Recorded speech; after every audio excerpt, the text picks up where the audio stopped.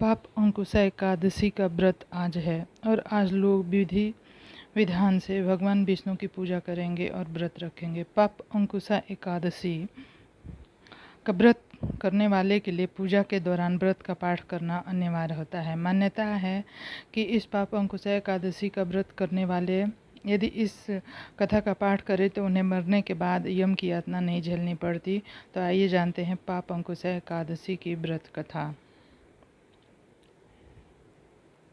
युधिष्ठिर ने पूछा, मधुसूदन, आप कृपा करके ये बताइए, अश्विन मास में शुक्ल पक्ष में किस नाम की एकादशी होती है? भगवान कृष्ण ने बोला, राजन, अश्विन मास के शुक्ल पक्ष में जो एकादशी होती है वह पाप अंकुशा एकादशी नाम से विख्यात है। वह सब पापों को हरने वाली तथा उत्तम है।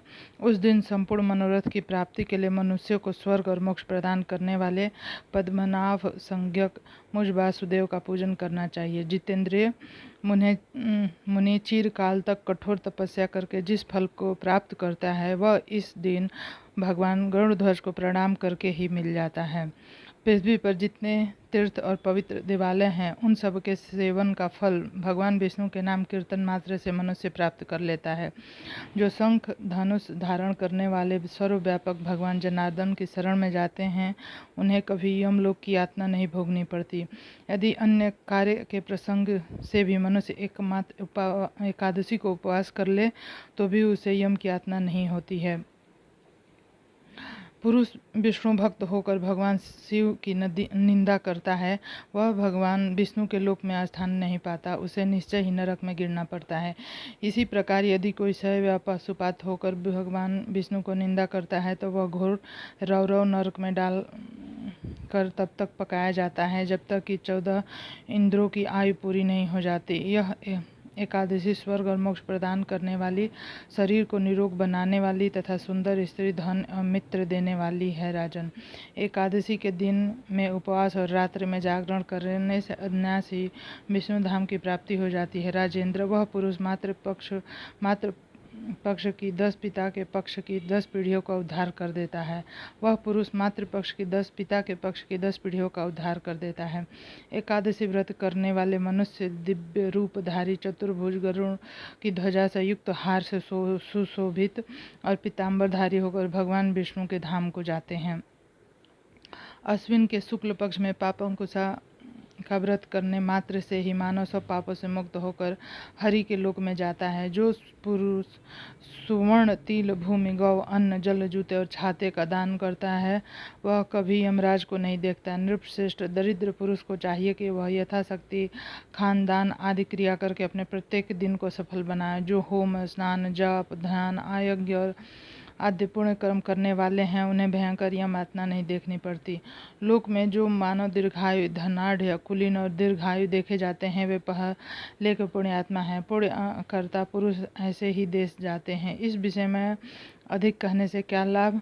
मनुष्य पाप से दुर्गति में पड़ते हैं और धर्म से स्वर्ग में जाते हैं। राजन, तुमने मुझसे जो कुछ पूछा उसके अनुसार पाप अंकुशा का महात्मा मैंने वर्णन किया। अब क्या सुनना चाहते हो?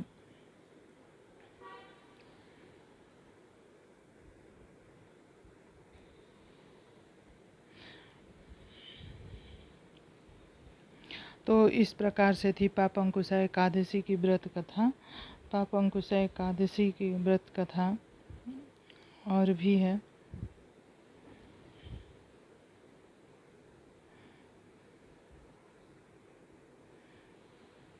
पाप अंकुशा एकादशी व्रत की कथा एक और है जिसे हम सुनेंगे। पाप अंकुशा एकादशी व्रत कथा के अनुसार अति प्राचीन काल में विंध्य पर्वत पर क्रोध नाम का एक क्रूर बहेलिया रहता था। उसकी संपूर्ण जीवन लूटपाट, गलत संगत, हिंसा, उपद्रव, मदपान जैसे पाप कर्मों में लिप्त रहा। जब उसके जीवन का अंतिम क्षण आया तब यमराज के दूत उसे क्रूर बहेलिए को लेने के लिए पहुंचे। तब यम के दूतों ने बहेलिए से कहा कि तुम्हारे जीवन का समय समाप्त हो गया और शीघ्र ही हम तुम्हें लेने आएंगे। यह सुनकर बहेलिया बहुत डर गया तथा अंगिरा ऋषि के आश्रम में पहुंचा। ऋषि अंगिरा के चरणों में गिरकर निवेदन करने कहा कि हे मुनिवर, मैंने जीवन में आपने बहुत हे मुनिवर, मैंने जीवन में आपने बहुत पाप कर्म किए हैं, मैंने अपने जीवन में बहुत पाप कर्म किए हैं। कृपया कोई मुझे ऐसा विधि विधान उपाय व्रत बताइए जिससे मेरे जीवन के सभी पाप कर्म समाप्त हो जाएं अथवा भगवान विष्णु का आशीर्वाद प्राप्त हो, अर्थात मोक्ष की प्राप्ति हो।